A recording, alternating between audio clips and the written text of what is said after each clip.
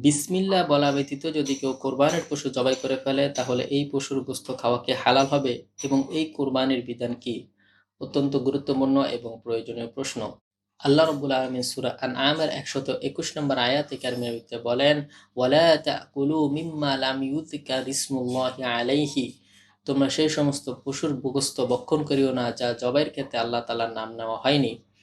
এছাড়া আল্লাহ রাব্বুল আলামিন সূরা বাকারার ১৭৩ নম্বর আয়াতে কারিমার ভিতরে বলেন, ইন্নামা হাররামা আলাইকুমুল মাইতাতা ওয়াদ দামা ওয়া লাহমাল খিনজির ওয়া মা উহিল্লা বিহি লিগাইরিল্লাহ, তোমাদের উপর হারাম করা হয়েছে মৃত প্রাণী, রক্ত এবং শূকরের গোশত, ওয়া মা উহিল্লা বিহি লিগাইরিল্লাহ, এবং ওই সমস্ত পশু যা জবাইয়ের ক্ষেত্রে আল্লাহ তাআলার নাম নেওয়া হয়নি।